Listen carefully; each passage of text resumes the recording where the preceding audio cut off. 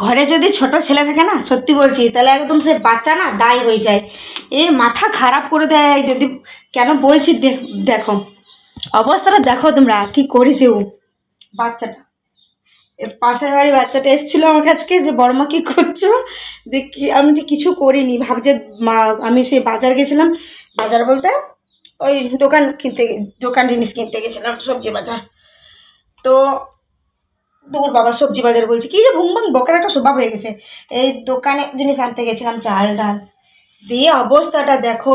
ও ভাবছে চকলেট এনেছে বড় মা, যে চকলেট তো পাই নাই, ব্যাগটাকে হাতার ছিল, এই যে পাই নাই, দিয়ে দিল তেলের বোতলটাকে আমার ঢেলে, একদম পুরো তেলের বোতলটাকে করে ঢেলে দিয়েছে।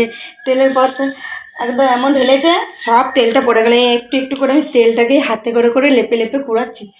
কি অবস্থা গো, এতটা তেল আমার, কি হলো অবস্থাটা।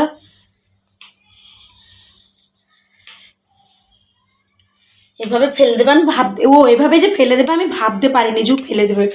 ও আমি ও দেখছিল, হাত রাখছিল এবার যে যদি বড় মা কিছু চকলেট ফকলেট এনেছে কিনা, কিন্তু এবারে আমি তো চকলেট নিয়ে আসিনি না, এবারে আমি আর নিয়ে আসা হয়নি।